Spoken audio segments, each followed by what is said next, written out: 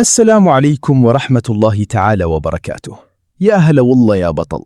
اليوم عندنا قمة من قمم دوري روشن بين النصر والقادسية. المواجهة هذه فيها حسابات كثيرة.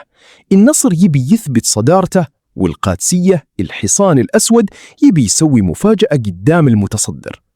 إليك كل التفاصيل اللي تحتاجها: موعد وتوقيت المباراة والقنوات الناقلة.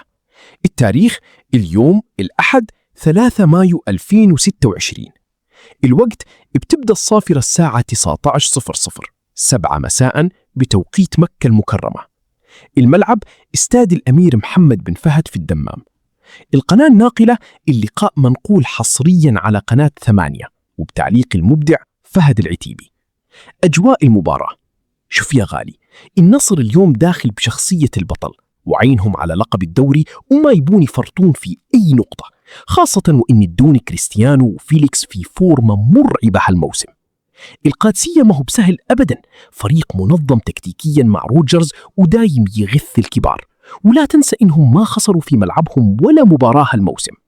الأجواء بتكون نار يا حبيبي، نار في الدمام، وبنشوف صراع تكتيكي كبير بين خيسوس وروجرز.